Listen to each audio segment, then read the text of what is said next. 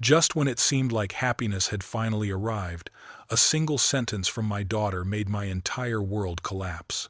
After years of sacrifice, I truly believed that lottery ticket was a gift from fate, a symbol of hope, a new beginning for our entire family.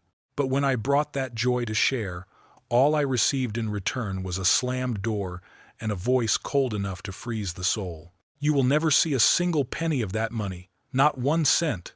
In that moment, I stood frozen in the rain, realizing that all the love, all the hope I had carried for years had been crushed without mercy. But the truth behind that ticket isn't what Ava thinks, because the shocking reality is, it was never truly hers to claim. Before we begin, don't forget to like this video, subscribe to the channel, and turn on the notification bell so you never miss a powerful, emotional story inspired by real life. From now on, you're nothing to me, a stranger, and don't even dream of touching a single cent of my money. Never. The door slammed shut behind Lena Whitmore, echoing like a final verdict. Thunder cracked through the sky like funeral drums, and each flash of lightning illuminated the cold, unrecognizable face of the daughter I once cradled in my arms, lulled to sleep with fairy tales. That little girl had grown up, and in this moment, she was casting me out of her life without mercy. I stood there in the downpour, as if the storm itself had been summoned to bear witness to my heartbreak. The wind lashed my face, my clothes clung to my aging frame, soaked and heavy with humiliation. A newly installed security light beamed straight into my eyes, pale, sterile, and unwelcoming, like it was trying to erase every trace of a man who no longer belonged here. Behind Lena stood Ethan Drayton, the man she called her fiancé, though I could never see him as anything more than a smug, self-serving opportunist. His arms were crossed, his eyes squinting with disdain, and that thin, cruel smile? It didn't speak, it sliced. It carved into the silence between us, making it impossible to breathe. In that instant, I was no longer Lena's father. I was just an outsider, banished from a warm world I once helped build. The house behind them glowed with light. Its white curtains hung neatly across windows that concealed a private paradise, a paradise that no longer included me. Red ribbons still fluttered on the door handles, and a slanted "sold" sign staked in the front yard mocked me like a cruel joke. This was their fresh start, and my quiet ending. At my feet, an old suitcase had burst open from the impact with the wet concrete. Clothes spilled into puddles, soaking up the rain and grime like discarded trash. A cracked photo frame rolled out and landed in the water. Inside was a picture of Lena at 8 years old, grinning ear to ear, sitting on my shoulders at a fall festival. The rain blurred her smile, just as betrayal had begun to wash away my memories. I didn't argue. I didn't plead. I bit down on my lip until I tasted blood, my trembling hand clutching the torn handle of that suitcase like it was the only thing anchoring me to reality. My throat tightened. My heart throbbed with sharp, silent ache, but I didn't move. My legs refused to carry me. I was rooted to that spot, as if the pain had nailed me there. I was exiled, cast out from my own family. No trial, no defense, just a sentence spoken aloud, and a door slammed shut in the rain. And still, the rain fell, not to cleanse, but to bear witness. To witness the moment a father, a man who gave everything for his child, was erased from her life, like he had never mattered at all. Lena Whitmore believed that tonight she had closed the final door, erasing her father, Walter Remington, from her life once and for all. But there was one thing she didn't know, something she would never see coming. The lottery ticket she was staking all her dreams and future on never belonged to her, and it never will. The rain pounded the ground like hammers on steel. Wind howled through the bare trees, dragging the rattling of tin roofs from nearby houses like the clanging of chains in an execution chamber. Mud thickened beneath my worn shoes, mixing gravel and water into a sticky, punishing sludge. I bent down to retrieve the scattered remains of my life, a faded sweater Lena had given me when she was 10, an old pair of socks, a soaked bank book filled with messy scribbles and endless calculations, the evidence of sleepless nights spent trying to rescue her from debt. Everything was drenched, Everything was heavy with burdens she had never once acknowledged. Ethan Drayton stood blocking the doorway, casually leaning on the frame, his mouth curled into a smirk, cold and cruel, like a slash of steel in the rain. His voice cut through the night, harsh and sharp as a rusted blade. "You heard her, Leech. Get out of here. Don't stain my doorstep any further." I looked up at him, not with anger, not with hatred, just a strange, quiet calm, the kind that only those who have weathered real storms can carry. And it was that silence, steady, unmoving, that made him falter, just for a moment, in the midst of his victory. The motion light beamed down on Lena's face, exposing eyes that once sparkled when I held her hand at the county fair. Now, they were hollow and distant dark wells without feeling. She used to be the light of my life, my hope. But tonight, she looked at me like I was nothing more than a ghost haunting the edges of her shiny new life. I zipped the old suitcase shut. Its seams groaned, as if they too were ready to burst from holding in so much loss. Something slipped from the side, a small wooden keychain shaped like a horse, the one I gave her after her first day of preschool. Etched into the wood were the words, "For my little brave girl." She didn't bend to pick it up, didn't even glance at it. "Dad," she said. Her voice was cold, flat, merciless, like a sentence handed down by a judge. "I told you, you're just a parasite, a burden. You have no claim to this house, my life, or that money. Stop deluding yourself." Each word scraped across the concrete like rusted hooks, lodging themselves deep into my chest. No claim. I wanted to scream. I wanted to tell her about every bill I secretly paid. Every night I stayed up rocking her kids, Ellie and Mason, so she could learn to live for herself. I wanted her to see that my hunched back wasn't from age, but from the weight she left on my shoulders. But my throat closed. It felt like an invisible rope had wrapped itself around my neck. I said nothing, because I knew if I shouted, if I broke, that would be her final victory. My battered old sedan slumped by the curb, paint peeling, windshield fogged, leather seats cracked and smelling of mold. I placed the suitcase in the trunk as if I were laying to rest a coffin filled with all the pieces of a life that had just been rejected. I leaned against the car, bones aching, and closed my eyes for a moment.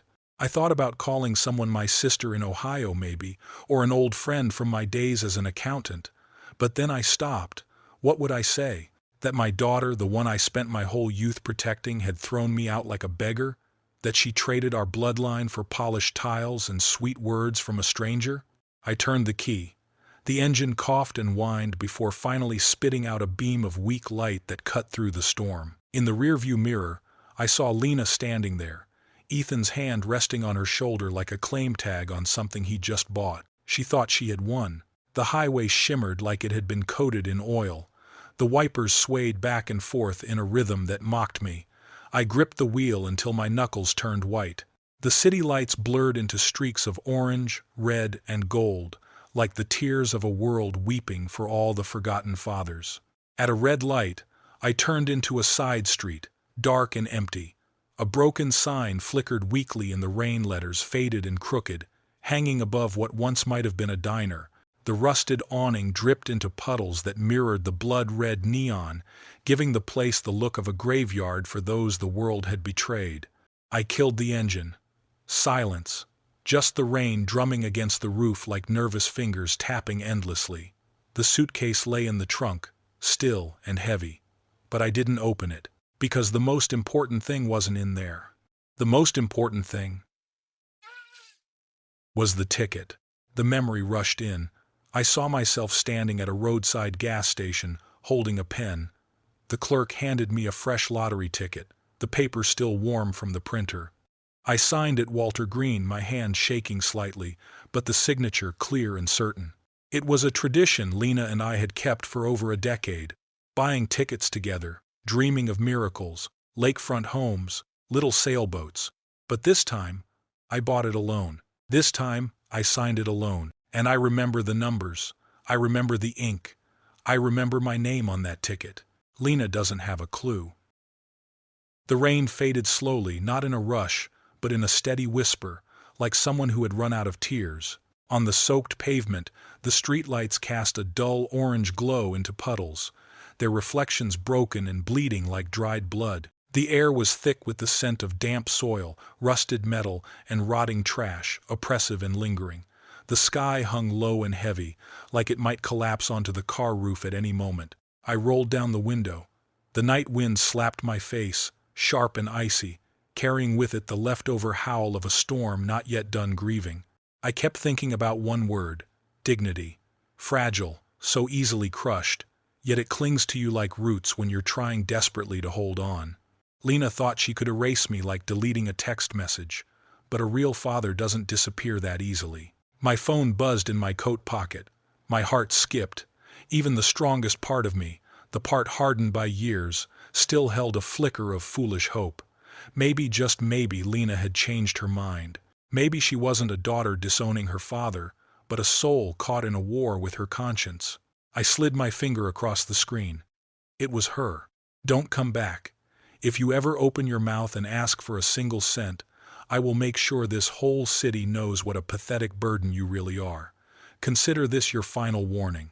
I froze, not from shock but from the brutal extinguishing of the small, tender ember I had dared to believe in. My hand clenched around the phone until my knuckles turned white. Fingernails dug into flesh. Pain surged. My jaw locked as if I could grind her words into dust. But no curses came. No shouting, no smashing things, just a stillness. A sheet of cold slid over me from the inside. I wasn't angry anymore. I was frozen. I replied with a single word: understood. I placed the phone face down on the passenger seat. Then I exhaled a long, slow breath. It wasn't surrender, it was survival, a way to keep the flame inside me from going out in the wind. Beside me sat my worn leather wallet, its corners frayed, its surface cracked. I opened it. Among crumpled receipts, a faded slip of paper caught my eye, a gas station receipt. The date, the pump number, the timestamp still legible, but just barely. My thumb slid across the ink, already smudging like memory. It wasn't much, but it was something. A sliver of evidence sharp enough to cut, not enough to win, but enough to begin. I whispered to myself, "Patience, Walter, patience." The sky was softening toward morning as I drove back to the small rental apartment on the edge of town. It was cramped, damp, its wallpaper peeling like old wounds that never healed. But at least here, no one had the right to throw me out. This place, this forgotten corner, was mine long before Lena ever built that gold-plated mansion, and it had witnessed every penny I scraped together to help her do it. I dropped the soaked suitcase in the corner, its trail of water forming a line across the cracked tile floor. But I didn't sit on the bed. I sat in the middle of the room between four quiet walls, as if placing myself in the eye of a storm that hadn't yet begun. I pulled open the desk drawer. The first thing I saw was an old family photo, Lena at 7, grinning wide on my shoulders at a local fair. I stared at it, smiled, not warmly. It was the crooked, bitter smile of a man just waking up from a long dream. I set the photo aside and reached for a weathered folder. Inside was everything I'd ever kept: bank statements, utility bills, insurance receipts, paper scraps that might look useless to others, but to me, they were bones. The bones of a father's life. I tucked the gas station receipt into the center of that folder. On the table, a small candle flickered weakly. I often lit it on sleepless nights when memories came flooding in like a tide. Tonight, that fragile flame was still there, defiant, small, but enough to illuminate a simple truth. I had always been there, quiet, steady, carrying the weight. I leaned back and closed my eyes. In the darkness, the flame waned. Its final wisp of smoke curled into the shape of a question mark in the air. I let my mind drift with it backward in time. To nights, when I rocked Ellie and Mason to sleep so Lena could rest. To loans I signed under my name. To extra hours worked just to keep the house from foreclosure. If Lena truly believed she built everything on her own, then she had forgotten one thing. The foundation beneath her feet was me. I closed my eyes and let the tide of memory rise. And in that fake calm, I knew one thing for sure. The real storm hadn't come yet. But it was coming. And this time, it would pull both of us into its center. I don't remember when I fell asleep, only that I woke with my back against the cold, rough wooden floor and my head resting on the table's edge like a soldier defeated in the war of memory. When I opened my eyes, it wasn't dawn that greeted me, but a heavy gray light leaking through a torn curtain, creeping across a chipped wall like an old wound refusing to heal. That morning, the sky hung low over the city. The apartment reeked of damp air and extinguished candles. For a few disoriented seconds, I forgot where I was. The cramped aging room made me feel as though I were still at Lena's house. My chest tightened had I overslept, missed making breakfast for Ellie and Mason, forgotten the school drop-off. Then reality returned. I was no longer there. No children waited. No breakfast needed preparing. No one left to call me Dad. I closed my eyes. Remembered. A day long past, when Lena was just a pigtail-wearing girl, bounding toward me with a plastic dolphin keychain in her tiny hand, eyes gleaming with pride. "For your car keys, Daddy. Now you have treasure."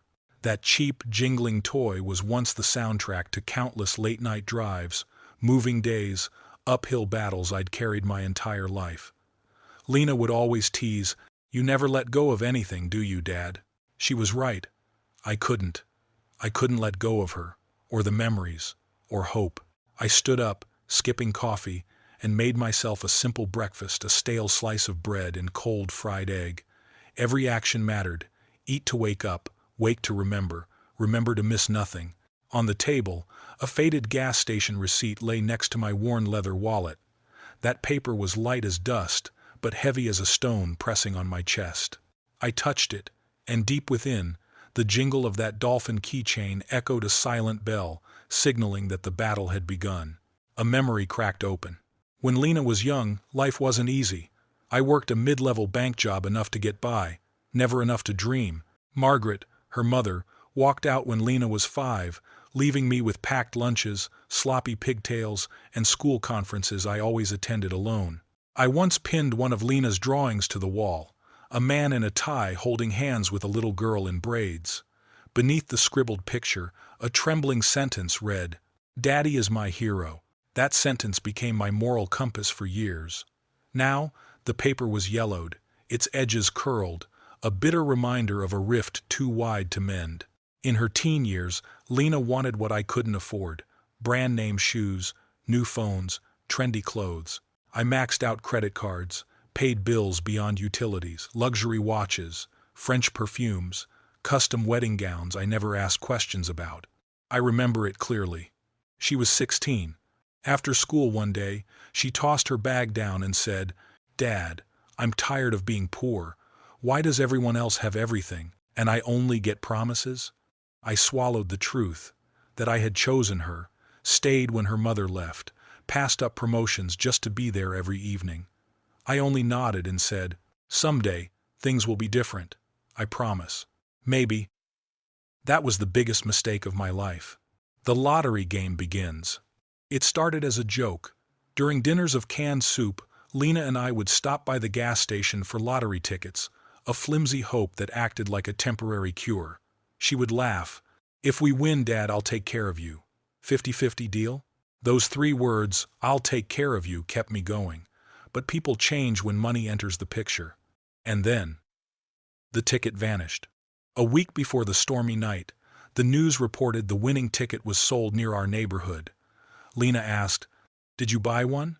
"Yeah, Monday. Just curious." The next morning, where the ticket once sat was now empty. Only a sun-shaped magnet clung to the white fridge, its smile feeling like mockery. I tore the place apart, felt insane doing it, but all I found was absence, the hollow kind, where trust used to be. I didn't scream. I prepared. I opened the file folder, gathered receipts, statements, lottery rules, aligned and stapled them like a soldier sharpening his sword. I reopened old photos, one of the kitchen, where the ticket sat under the magnet, illuminated by yellow light, my initials WGR barely visible, not bold, not clear, but real.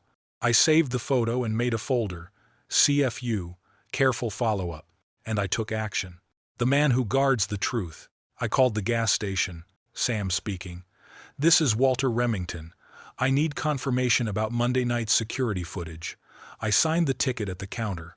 Cameras store footage for 2 weeks. We don't release it. I'm not asking for a copy. Just tell me, does it exist? After a pause, he answered, check at 10 p.m., ask Samir Patel. Samir, the gatekeeper of truth. When I arrived, Samir stared for a long time, not with suspicion, but as though weighing the burden of unspoken things. He glanced at the documents, then back at me. Come in, he said. I'll show you the footage from that time, nothing more. I nodded. I'm not here to stir trouble, just to find the truth. He bolted the door and said, in a voice low and firm, truth doesn't just bring trouble, Mr. Remington. It chooses the one strong enough to carry it. I looked around that familiar store, once a pit stop after late shifts, once a place where Lena and I shared laughter. Now, it was a battlefield. And I knew the silent war had begun. There was no room left for hesitation, nothing more to lose. The back office behind the gas station reeked of damp paper and stale coffee. The flickering fluorescent light above seemed to interrogate every movement I made, as if the room itself knew a revelation was about to unfold. A small monitor, tilted awkwardly atop a pile of photocopies, lit up. Below it, a blinking green light on a black security box pulsed steadily like a heartbeat in the silence. Samir Patel typed skillfully on the outdated interface, its operating system a relic from another decade.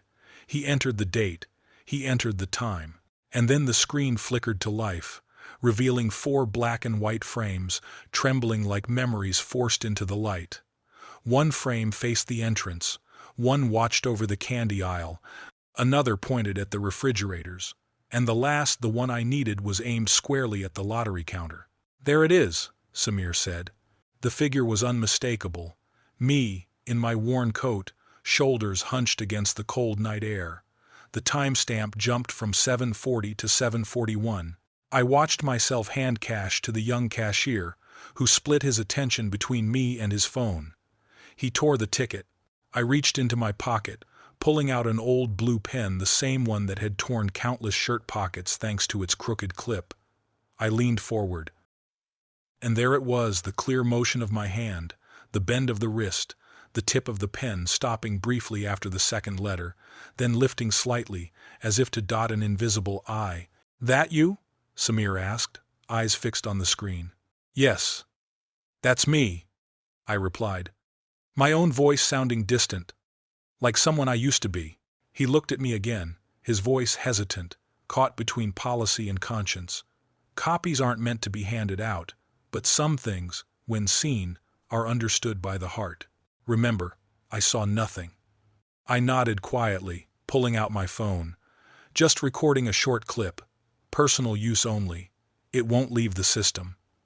He said nothing, only offered a small nod, one heavy with silent blessing. I filmed 30 seconds. My image, the cashier, the movement of the pen. When I stopped recording, I lowered the phone like I had just caught a piece of truth that almost slipped away. I waited for my hands to tremble, but they didn't. They stood firm, like pillars. Thank you, I said. Just 2 words, but heavier than the entire folder in my hands. Samir shrugged, more lightly this time. You seem like a man here to do the right thing. That's rarer than people think. I bought a hot tea I didn't need, cradling it to warm fingers that had just gripped the edge of a precipice. Outside, life went on. Workers having breakfast, a nurse texting beneath the fuel sign, a man arguing with his radio. The world kept spinning whether justice paused or not. I sat in the car and replayed the video. Short but sharp, like a nail driven into the bark of memory. I saved it and emailed it to myself under the subject, WG ticket 741p.m.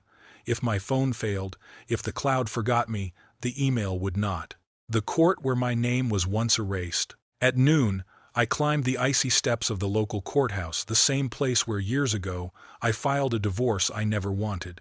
Some buildings don't change, they simply wait, letting you bring new shame to old walls. The Family Review Board's office was down a windowless corridor. Harsh white light glared down. Filing cabinets stood like silent witnesses. A woman in a gray suit led me into the interview room. A long table. 3 people sat across from me. Their gazes were even, cold, like poker players who had seen every card I held. "Mr. Remington," said the man in the middle, "you claim the ticket was taken from your possession without consent. Are you willing to swear that every document, every receipt, every second of footage is authentic?" "I am," I replied, my voice steady, no reason to tremble. "They questioned me about where I bought the ticket, where I stored it, who knew it existed. Each inquiry sliced time into cold fragments, and I stitched them together with a single thread: the truth." Then the woman on the left leaned forward. "If this investigation rules in your favor, the full amount will be awarded to you. Are you prepared to accept all consequences that follow?" I remembered Lena, her voice breaking during the 2 a.m. call.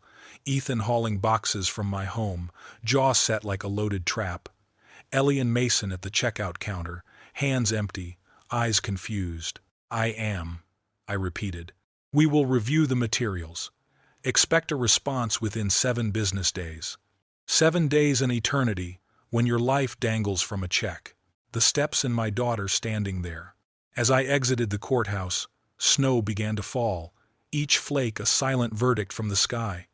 I pulled my coat tighter and turned to leave. When I saw her, Lena, she stood at the foot of the stairs, blocking my path. Smaller than I remembered, or maybe I just stood taller now. "Dad, please," she said. "If you go through with this, the kids and I will be left with nothing but ruins. You still love us, don't you?" I looked at her, not in anger, just the silence that slices through what's already numb. "No, Lena, you chose this collapse." She faltered. Her lips moved, searching for words, but it was too late. Neither of us chose what remained in the ashes. Ethan appeared behind her. He avoided my gaze, sweat beading on his temple despite the cold, eyes darting like a trapped fox. "Let's go," he muttered. "Standing here won't change anything." Lena turned to him, and in her eyes I saw something I hadn't in a long time: doubt. She looked back at me, her voice thin as paper in the wind. "You'll regret this." I walked past them, each footfall echoing like a final judgment. "Number, you will. The end is only temporary." I returned to my apartment. Snow had blanketed the balcony, falling silently like truth rewritten in cold ink. I set the recorder down, opened my notebook, and for the first time in weeks, I realized the pen in my hand was no longer alone. The law was writing the next chapter with me. Yet, deep inside, a whisper remained. The storm wasn't over. It was only gathering strength for its next strike. It all began with a sound as cold as steel in winter. A slow, hollow beep-beep echoed through the silence. No disguise, no shame, just the mechanical heartbeat of judgment, a sentence passed without a judge, just chains and a winch. I stood by the window, hand wrapped around a warm mug of coffee, eyes watching through the fogged glass. The sky hung low and leaden. Across the street, patches of snow and slush clung to the road. A tow truck tilted its bed, hoisting up Ava's sleek convertible like a wild animal bound and exposed on a public stage. The tow worker in a wool cap slung the chain like it was the final tether. Ethan was pacing nearby, coat crumpled, eyes bloodshot, fists flailing at the air. He kept shouting, "It's a rental! A rental!" as if repeating it might reverse reality. The phone rang. It was Frank. "Walter," his voice barely rose above a whisper, like it echoed from a cathedral dome. "They're taking the car." "No fighting?" I asked. "Only words," he replied. Ethan was yelling. Lena wouldn't meet his eyes. First time I've seen her that quiet. "Thank you," I said. Frank paused, then ended the call. No need for more. We had both witnessed enough human theater to know when a scene had reached its final act. A soft buzz. A new email. Escrow status. Temporarily suspended. I opened it. No fluff, no sugarcoating. At the request of legal counsel and in notification from the State Lottery Commission, disbursement has been halted pending verification. Please note that access to property prior to close is not authorized by this office. The words read like a sturdy wooden fence, not tall, but enough to keep me on the right side. At 7:22 a.m., a message from Bernie. "Marta checked. No deed yet. Your path is still solid." 7:23 a.m. Another. Slice some meat, eat something warm. That woman always knew which part of the day was easiest to forget. I opened the fridge, cut a slice of cold meat, dropped it into the pan. The sizzle was small but sacred, like warmth whispered into the bones of a cold apartment. Silence filled the room like stale dust. Not peace, but the breath held before a quake. 8 a.m.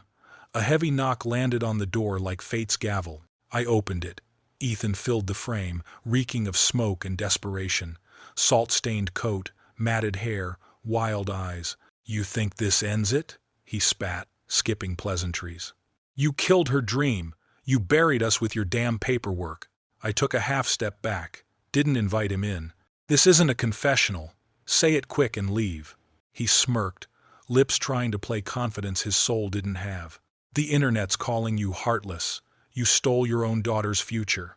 By tonight, the internet will burn something else," I said. "But the truth stays."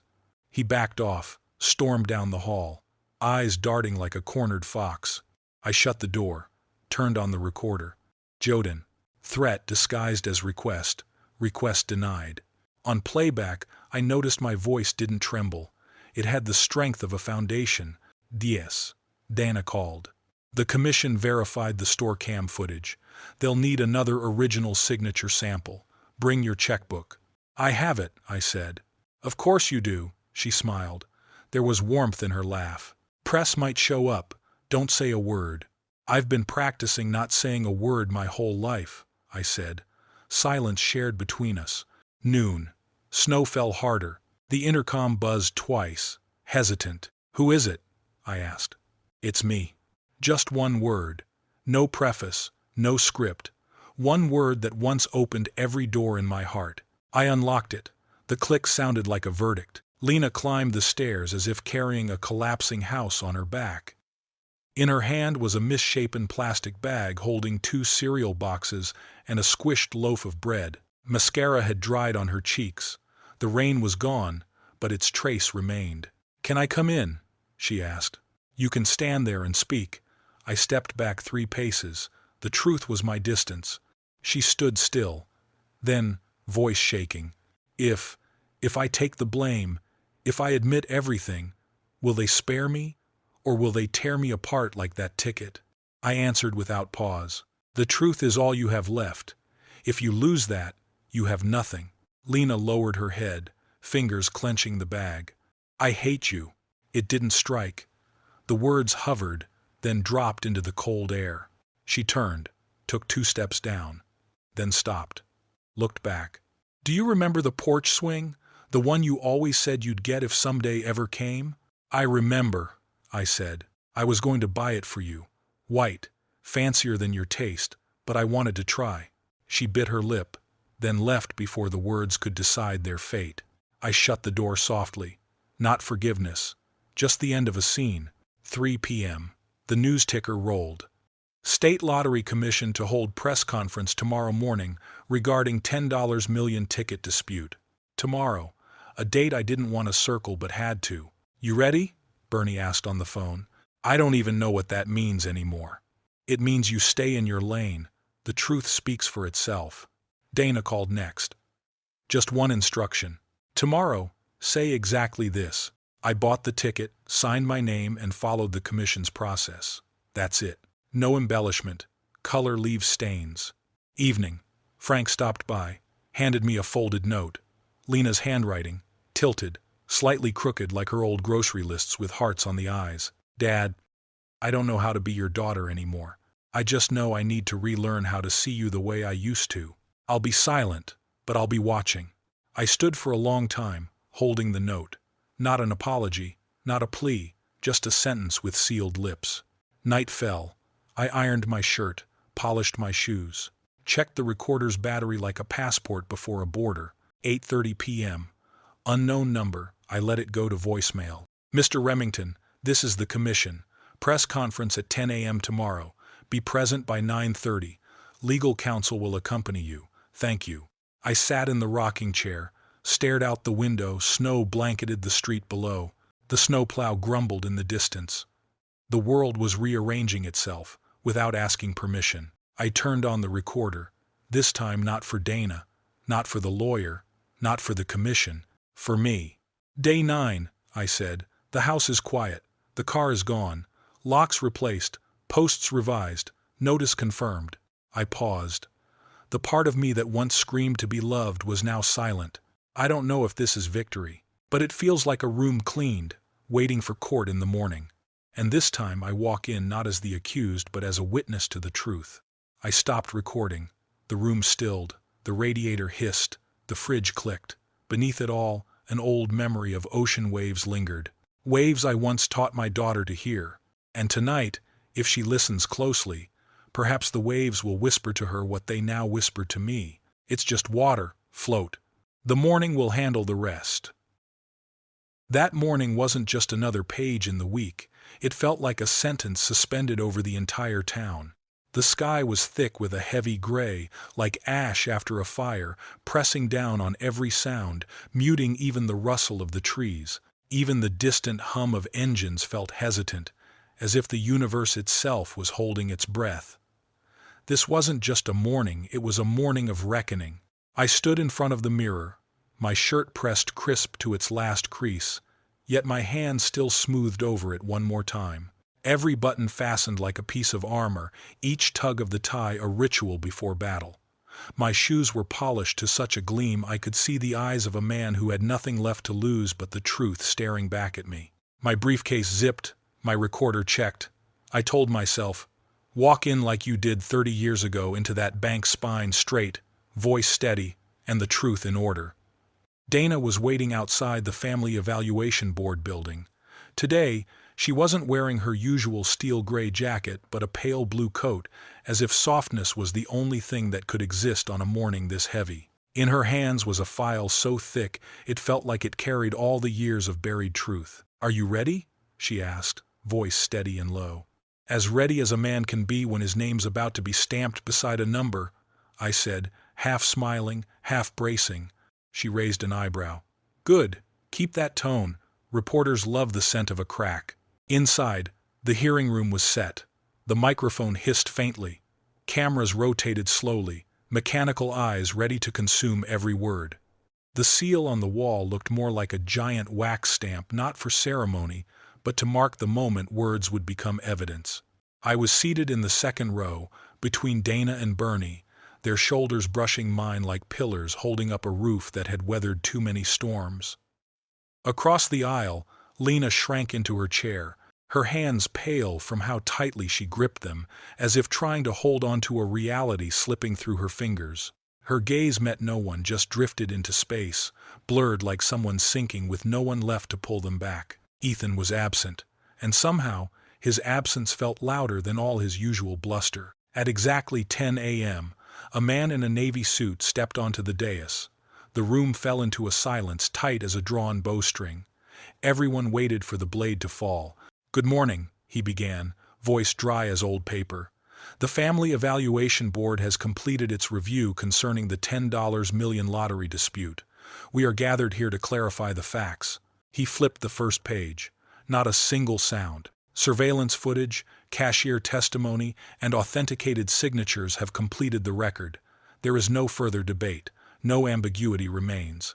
The board recognizes Mr. Walter Remington as the sole legal owner of the $10 million prize. The moment his words landed, it was as if something collapsed and then froze in place, like a gavel hitting the bell of justice. Doubt was buried in that instant. All opposing claims are incorrect, and we regret the public confusion. The prize will be processed according to standard procedure. This concludes the board's statement. No applause. But the room broke into another sound, a collective exhale, the release of something long held. Flashbulbs burst. Reporters began to swarm. Dana tapped my sleeve. "Just one sentence," she reminded. They called me forward. Lights blasted into my eyes, hotter than any midday sun. I could hear my heartbeat between the clicks of the cameras. They waited. I leaned into the mic and saw my reflection in the teleprompter's glass. "My name is Walter Remington," I said, voice clean and even. "I bought the ticket. I signed it.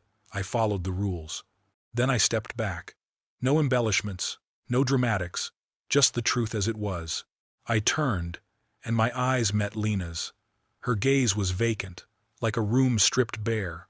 Her lips trembled, as if 1,000 words fought to escape but all lodged in her throat. It wasn't rage. It was emptiness, the kind that arrives when someone realizes the weight of consequences they must carry alone. The press surged like a flood, but Dana guided me out the side door. Bernie chuckled quietly. "You looked like you were reading the weather report." I replied, "Truth's like the weather. People can complain or hide from it, but in the end, it still comes down on everyone." Outside, the snow had eased.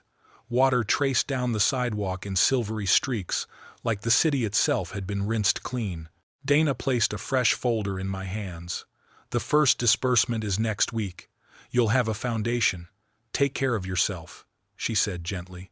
I nodded, eyes still on the shimmering stream of cars ahead. "Still noisy out there?" I asked. "It'll quiet down faster than you think," she smiled. We parted at the curb. Bernie gave my back a soft pat, the kind men give when words are no longer enough. I paused, then chose not to hail a cab. I wanted to walk home, not out of necessity, but to feel every brick, every block beneath my steps. Each step was a chapter closing, and another clean, unwritten waiting to begin. On the rain-slicked porch, a small envelope had been pushed into the corner by the wind, stained with specks of mud, as though it had struggled its way to this spot. My name stood out clearly on the front, written in Lena's handwriting, slanted, hesitant, the penmanship of someone whose hands could not stop trembling. I bent down and picked it up between two numb fingers, feeling neither hope nor resistance in my chest. I opened the letter slowly. The paper was slightly damp, its edge torn. Inside was a single line, brief, raw, like it had been scribbled in the aftermath of a panic. "I don't know how to be your daughter anymore, but I also can't keep being the shadow he wants me to become. I'm lost, and this line is the only breath I can take. No apology, no clear attempt at redemption. But for me, it was the first crack, thin, but real, in the wall of silence between generations.